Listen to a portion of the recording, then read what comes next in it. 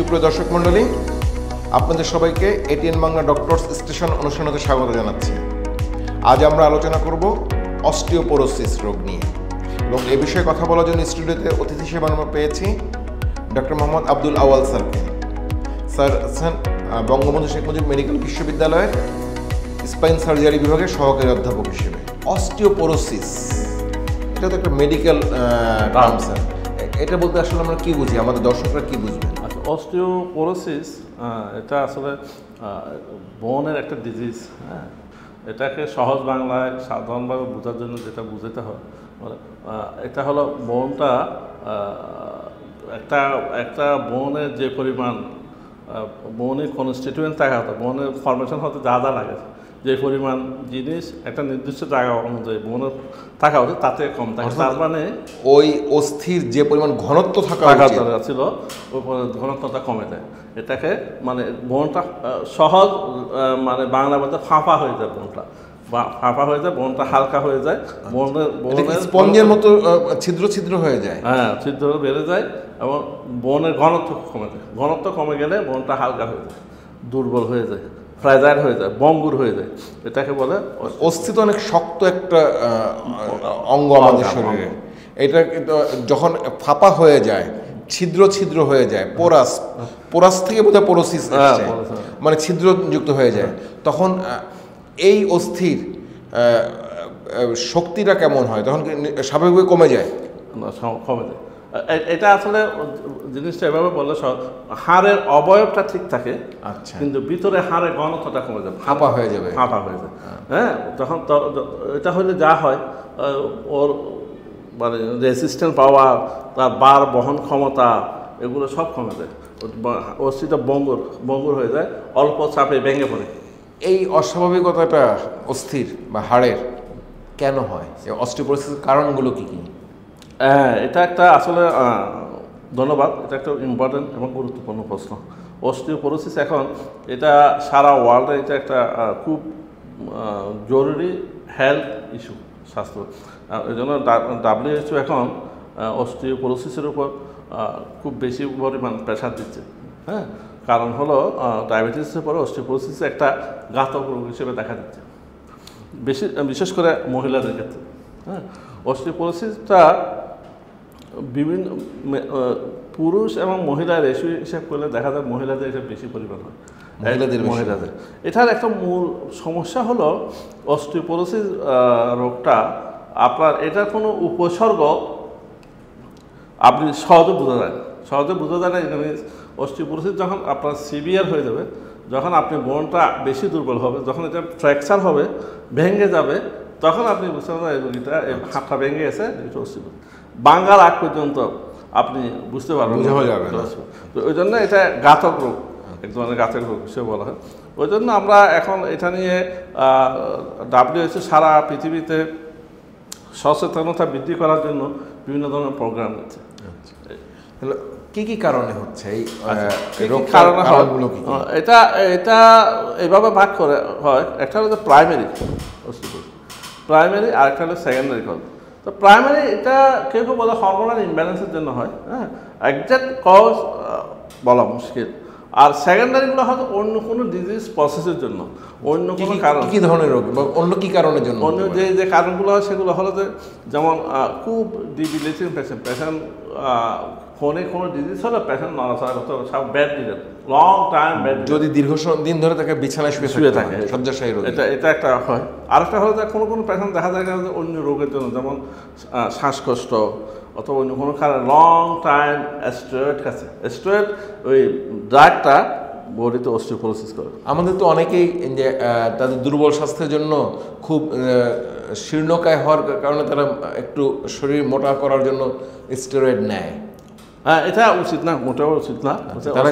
তাদের অস্টিওপোরোসিস, এবং এটা যদি লং টাইম খায় তাহলে এটা অস্টিওপোরোসিস, মানে বোন ক্ষয়ের পরিমাণটা বাইরে যাবে। আচ্ছা, আরেকটা হলো যে কোনো কারণ সব আমরা যেগুলো অর্থোপেডিক সার্জনদের ক্ষেত্রে দেখি, কোনো ফ্র্যাকচার হলো লং টাইম প্লাস্টার দিয়ে রাখবো, ইনজুরি শেষ যতটুকু, অথবা কোনো একটা শরীরের পার্ট লং টাইম মুভমেন্ট ছাড়া রেখে দিল, তখন ওই জায়গাটা লোকালাইজ অস্টিওপোরোসিস হয়, হাড়গুলো। এটা একটা কারণ। জি। আর হলো হরমোনাল যেটা হয় মহিলাদের যেটা হয় আসলে 45-এর পরে যখন ওদের হরমোনাল ইমব্যালেন্সটা শুরু হয় তখন অস্টিওপোরোসিসের পরিমাণটা বেড়ে যায় ওই টাইমে। তখন বন্দরনগরী চট্টগ্রামে স্বাস্থ্যসেবার প্রতিকৃত ও ঐতিহ্যবাহী প্রতিষ্ঠান চট্টগ্রাম মেট্রোপলিটন হাসপাতাল লিমিটেড দীর্ঘ ৩৩ বছরেরও অধিক সময় ধরে সকল শ্রেণী পেশার মানুষকে আস্থা ও বিশ্বস্ততার সাথে নিরলসভাবে উন্নতমানের চিকিৎসা সেবা দিয়ে যাচ্ছে এই প্রতিষ্ঠান। চট্টগ্রামের প্রাণকেন্দ্র জিএসি মোড়ের ও আর নিজাম রোডে অবস্থান করছে চট্টগ্রাম মেট্রোপলিটন হাসপাতাল।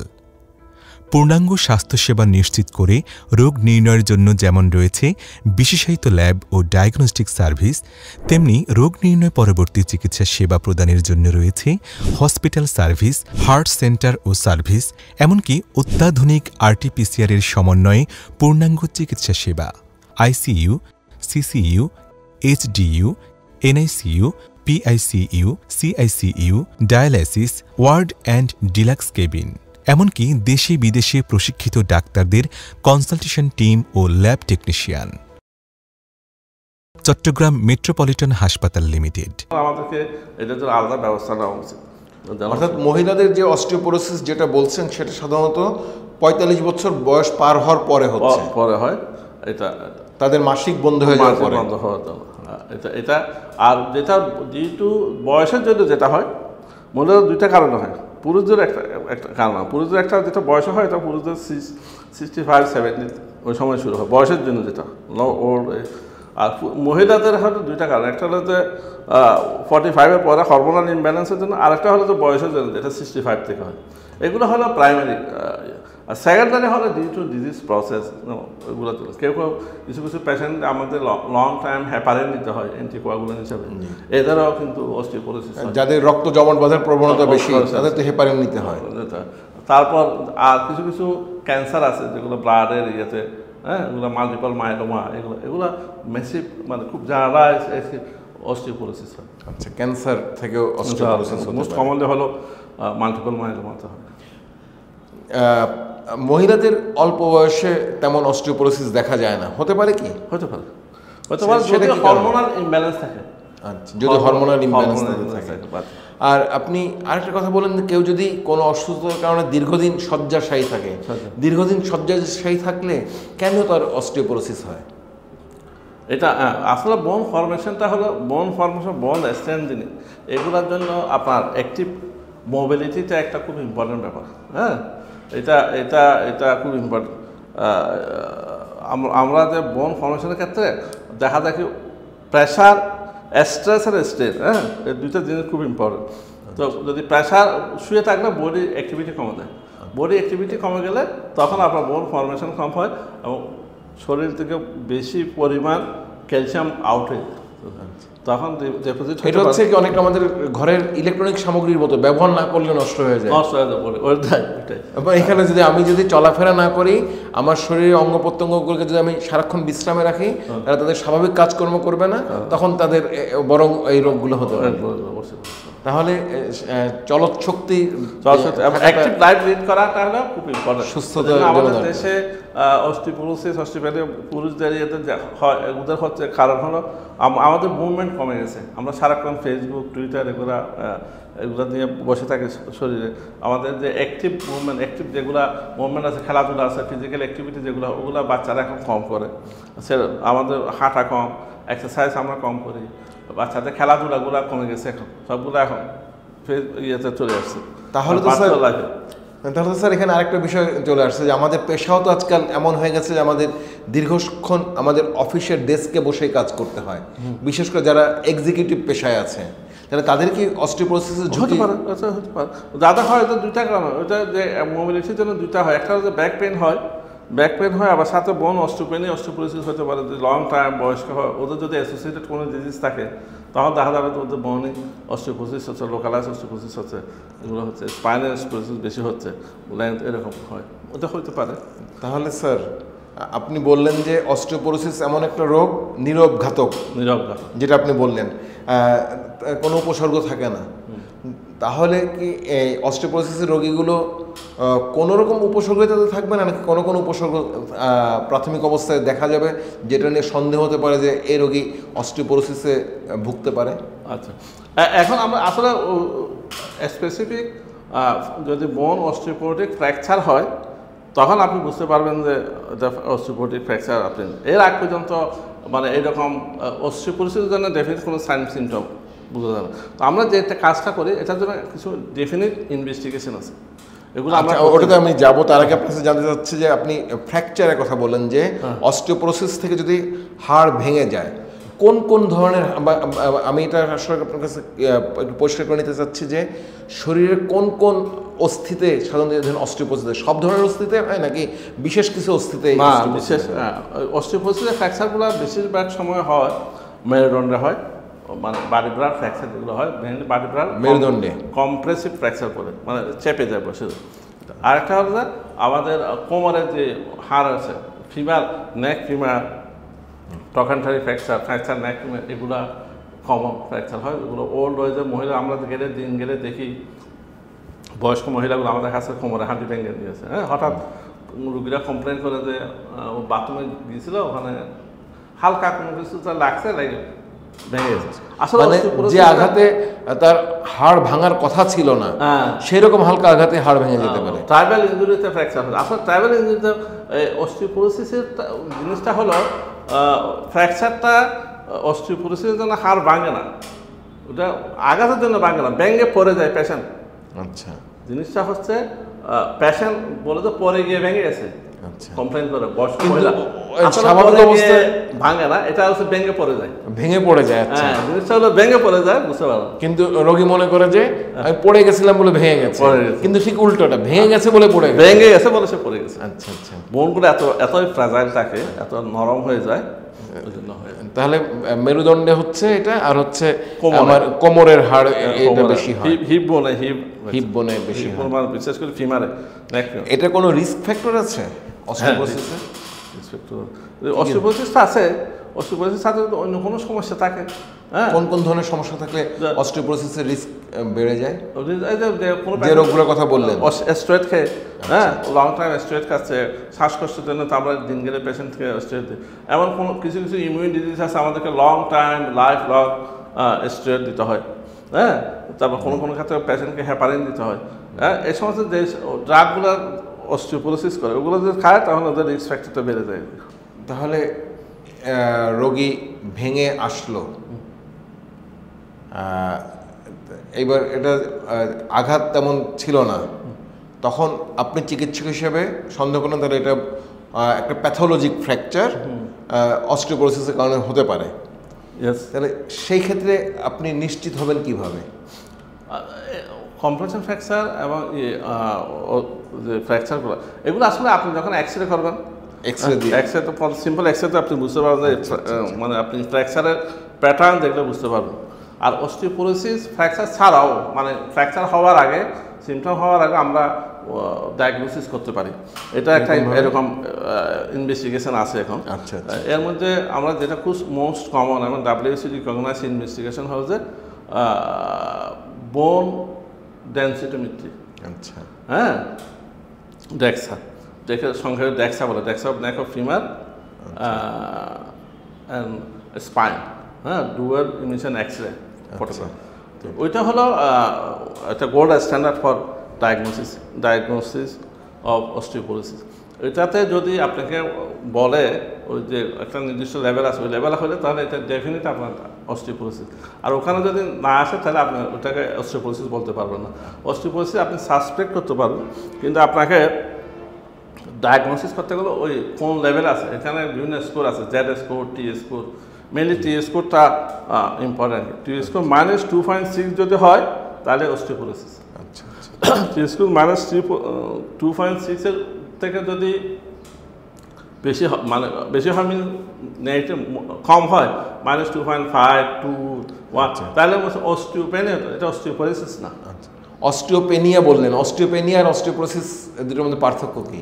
অস্টিওপোরোসিস তাহলে যে ছিদ্র হয়ে গেছে, কন্টেন্ট কমে যাবে, কিন্তু ওই স্কোরটা ক্রস করলে আপনি অস্টিওপোরোসিস বলতে পারেন। আচ্ছা, মানে অস্টিওপেনিয়া হচ্ছে আগের ধাপ। আগের স্টেজ। এখানে আমি আরেকটা বিষয় আপনার কাছে জানতে চাচ্ছি, কিছু কিছু রোগ আছে যেখানে Welcome to CSCR Hospital, a one-stop health service for all.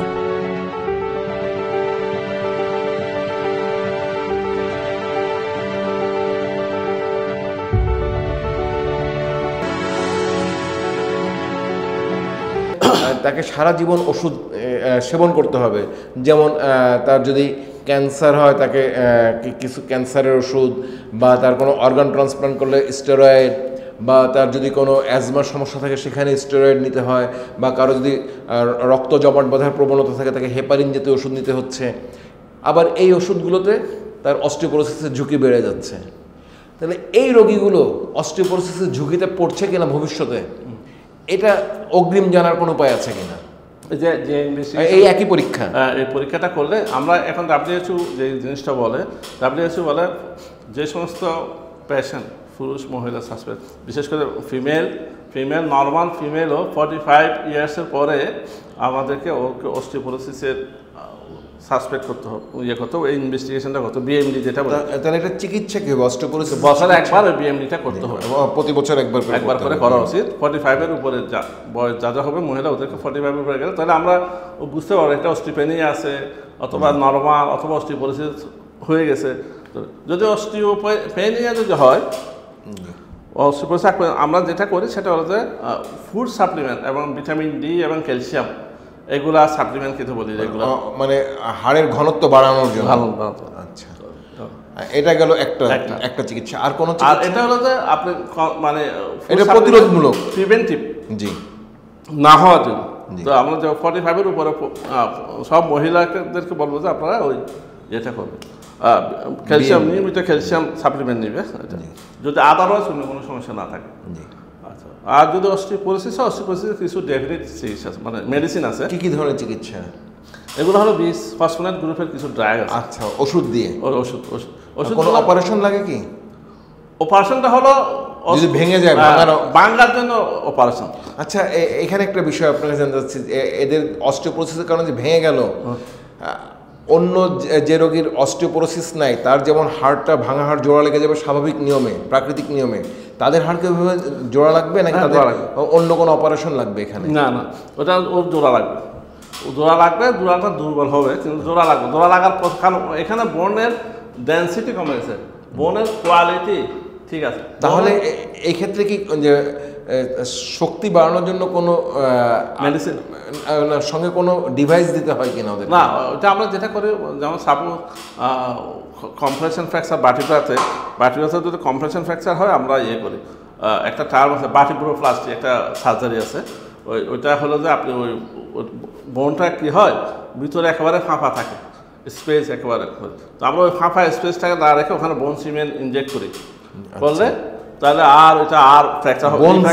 বোন সিমেন্ট ওই ফাঁপা হাড়ের মধ্যে বাটিপ্রার বডির ভিতরে বোন সিমেন্ট যাবে, পুরো পেডিকেল, হ্যাঁ, দিয়ে বোন ইনজেক্ট করে দিই। আরেকটা হলো যে বাটিপ্রোপ্লাস্টি, আরেকটা হলো কাইফোপ্লাস্টি। বাটিপ্রোপ্লাস্টিটা হলো শুধু আপনি বোন সিমেন্ট দিয়ে দিবেন, আর কিছু না, দিয়ে ওটা জোড়া লেগে যাবে, যে অবস্থা আছে সেই অবস্থায়। কাইফোপ্লাস্টি হলে আপনি ওইটার ভিতর দিয়ে যাবেন, প্রথমে একটা বেলুনকে ইনফ্লেট করবেন, ওখানে ব্রেনটাকে বড় করবেন, যেটা চেপে গেছিলো এটা আবার সোজা হয়ে বলতে, তখন ওই ফাঁকা জায়গাতে বোন সিমেন্টটা বসাবে, বোন সিমেন্ট দিয়ে দিতে হবে। এটা একটা চিকিৎসা। জি। আর এখানে যে কোমরের ফ্র্যাকচার যেগুলো, ওগুলো তো আপনাকে ফ্র্যাকচারের যে চিকিৎসা সেটাই কত, যদি রিপ্লেসমেন্ট হয়, যেগুলো ফ্র্যাকচারের চিকিৎসা। এখন যদি কেউ অস্টিওপোরোসিসের চিকিৎসা না করে তাহলে তার কী ধরনের সমস্যা? অস্টিওপোরোসিস জানা গেছে, এখন যদি চিকিৎসা না করে তাহলে কী ধরনের বিপদ তার আসতে পারে? এই যে বললাম, আপনি যদি ডায়াগনোসিস করার পর আপনি ফুড সাপ্লিমেন্ট, ওষুধ, মেডিসিন খেলেন না, এটা তো প্রোগ্রেসিভলি বাড়তেই থাকবে। তো বাড়তে থাকলে তখন ওই যে বললাম আপনাকে, ব্যাঙে পড়ে যাওয়ার মতো অবস্থা হবে, খুব কম ইনজুরিতে দেখা যাবে পিঠের বডি হাইট। এতে কি শরীরের কোনো গুরুত্বপূর্ণ অঙ্গ ক্ষতিগ্রস্ত হতে পারে? এই ভাঙার কারণে কোনো সফট অঙ্গ ক্ষতিগ্রস্ত হতে পারে? যেটা হতে পারে সেটা হলো যে আপনার হাইট কমে যেত, নার্ভগুলো এন্ট্রাপ হয়ে যাবে, যে পেরিফেরাল আচ্ছা, নার্ভগুলো, নার্ভগুলোতে চাপ পড়তে নার্ভগুলো পারে। যখন এন্ট্রাপ হয় তখন আপনার সিভিয়ার ব্যথা হবে, সাইডে ব্যথা হবে, রেডিকুলোপ্যাথি হবে। যারা এরকম হাই রিস্ক গ্রুপের পেশেন্ট যারা, এদের খাদ্য গ্রহণের কোন কোন উপাদানগুলোকে জোর দিতে হবে? যেহেতু আমরা যেটা বলি সেটা হচ্ছে প্রোটিন এবং ভিটামিন ডি, যে সমস্ত খাবার বেশি পরিমাণ আছে সেগুলো খাবে। অর্থাৎ ডিম, দুধ, যেগুলোতে ক্যালসিয়াম, ভিটামিন ডি বেশি পরিমাণ পাওয়া যায় এবং ফার্স্ট ক্লাস প্রোটিন, ওগুলো খাবে। তাহলে এখন তো দুধ, ডিম তো আবার অনেক ক্ষেত্রে অনেকে তাদের আয়ের সঙ্গে এখন একটু কম দামে পাওয়া যাবে এমন কোনো খাবার আছে যেখানে তারা এই ধরনের ক্যালসিয়াম এবং ভিটামিন ডি পেতে পারে? ভিটামিন ডি তো আপনি রোদে গেলে পাচ্ছেন। আচ্ছা, হ্যাঁ, রোদের মধ্যে আপনি যদি সব যেগুলো নিয়মিত রোদে গেলে, আর ক্যালসিয়াম কন্টেনিং যা যা খাবার আছে, দুধ জাতীয়, দুধের সাপ্লিমেন্ট যেগুলো, দই আছে, এই আছে, ওগুলো খাবে। এই তো হাড়ে বা মাছের কাঁটায় থাকে, তাহলে গুঁড়া মাছ, ছোট মাছ খেলে, ছোট মাছ অবশ্যই ক্যালসিয়াম রিচ যা আছে সেগুলো, কচু। এবং এই রোগীদের ব্যায়াম কেমন হবে? যদি অস্টিওপোরোসিস, তারা কি ব্যায়াম করতে পারবে? অবশ্যই। এদের ব্যায়াম কোনো বিশেষ নিয়মে করতে হবে নাকি স্বাভাবিক মানুষের মতো ব্যায়াম করতে পারবে? অস্টিওপোরোসিসের পেশেন্টের জন্য খুব ইম্পর্টেন্ট হলো অস্টিওপোরোসিস প্রিভেনশন এবং বোন অস্টিওপোরোসিস পেশেন্টের ট্রিটমেন্ট, দুই জায়গায় আপনাকে এক্সারসাইজ খুব ইম্পর্টেন্ট। এক্সারসাইজটা হলো ব্রিক্স, যেটা বললাম, আপনি প্রতিদিন 20 থেকে 25 মিনিট জোরে জোরে হাঁটবেন। কেউ কেউ বলে একটু মাইল্ড ওয়েট নিয়ে হাঁটলে সবচেয়ে সুবিধা। এই ক্যালসিয়াম হাতে নিয়ে গেলে তো প্রেশার কম্প্রেশনের কনসেন্ট্রেশন হলে বোন স্ট্যান্ড বাড়ে। আর এই ক্যালসিয়াম ওষুধটা তারা কতদিন খাবে? সারা জীবন নাকি কোনো নির্দিষ্ট সময়? না, ক্যালসিয়ামটা প্রয়োজন অনুযায়ী আপনি লং টার্ম খেতে পারবেন। আচ্ছা, আচ্ছা। হ্যাঁ, আমরা মহিলাদেরকে আমরা বলা হতো লং টার্ম যতদিন খাওয়া যায়। আর ওই স্পেসিফিক যে ড্রাগটার কথা বললাম অস্টিওপোরোসিসের, সেটা বিভিন্ন ধরনের ড্রাগ এখন বাজারে আছে। আপনি কিছু ওরাল ফর্মের ট্যাবলেট আছে, এটা একটা হলো আপনি প্রতিদিন অথবা সপ্তাহে একবার, আবার মাসে একবার, এরকম আছে। আবার কিছু ট্যাবলেট আছে বছরে একবার, মানে ইঞ্জেকশন বছরে একবার খেতে হয়। তো ইনজেক্টেবল ফর্মে আবার কিছু আছে আপনি প্রতিদিন নিতে হয় সেরকম। আপনাকে অসংখ্য ধন্যবাদ। আমাদের এই বিষয়ে আরও অনেক কিছু জানার ছিল, কিন্তু সময় আজকে ফুরিয়ে যাচ্ছে, তাই আমাদের এখানে থামতে হচ্ছে। আপনাকে অসংখ্য ধন্যবাদ এবং কৃতজ্ঞতা। আপনাকে অসংখ্য ধন্যবাদ অনুষ্ঠানে দাওয়াত দেওয়ার জন্য। আমার যারা এই অনুষ্ঠান দেখবে তাদেরকেও আগাম ধন্যবাদ জানাই। Thank you. সুপ্রিয় দর্শক মণ্ডলী, এতক্ষণ আমার ডক্টর মোহাম্মদ আব্দুল আওয়াল স্যারের কাছ থেকে এক নীরব ব্যাধি, যে কোনো রকম অগ্রিম জানান না দিয়েই অনেক বড় অসুস্থতার কারণ হয়ে আসছে এবং এটা বিশ্বব্যাপী, যার জন্য WHO বা বিশ্ব স্বাস্থ্য সংস্থা এটা নিয়ে সতর্কবার্তা জারি করেছে, অস্টিওপোরোসিস, সেটা সম্বন্ধে জানলাম। এবং জানলাম যে এটা অনেকাংশে আমরা যদি চাই এটা প্রতিরোধ করতে পারি। বিশেষ করে আমাদের খাদ্যাভ্যাস এবং দৈনন্দিন জীবনযাপনে যদি আমরা চলৎশক্তি বা শারীরিক শ্রম ব্যবহার করি, তাহলে আমাদের অঙ্গ প্রত্যঙ্গগুলো ঠিকমতো ব্যবহৃত হবে। ঠিকমতো ব্যবহৃত হলে সেখানে অস্থির ঘনত্ব ঠিকমতো আমরা মেনটেন করতে পারবো। না হলে যদি আমরা অলস জীবনযাপন করি এবং চিকিৎসকের পরামর্শ ব্যতীত যদি ভুল ওষুধ সেবন করি, তাহলে আমরা আমাদের যে অস্থির ঘনত্ব সেটা হারিয়ে আমরা বেশ কিছু আমাদের চলৎশক্তি রহিত হয়ে যেতে পারে, এমন কিছু অসুস্থতায় ভুগতে পারি, যেটা অস্টিওপোরোসিস নামে আমরা আজকে আলোচনা করলাম, এবং যা আমাদের অনেকগুলো অস্থি ফ্র্যাকচারের কারণ হয়ে দাঁড়াতে পারে। তাই আসুন আমরা এই ব্যাপারে সতর্ক হই, সুস্থ জীবনযাপন করি। সবাই ভালো থাকবেন, সুস্থ থাকবেন, এই প্রত্যাশা আজকের মতো এখানে শেষ করছি।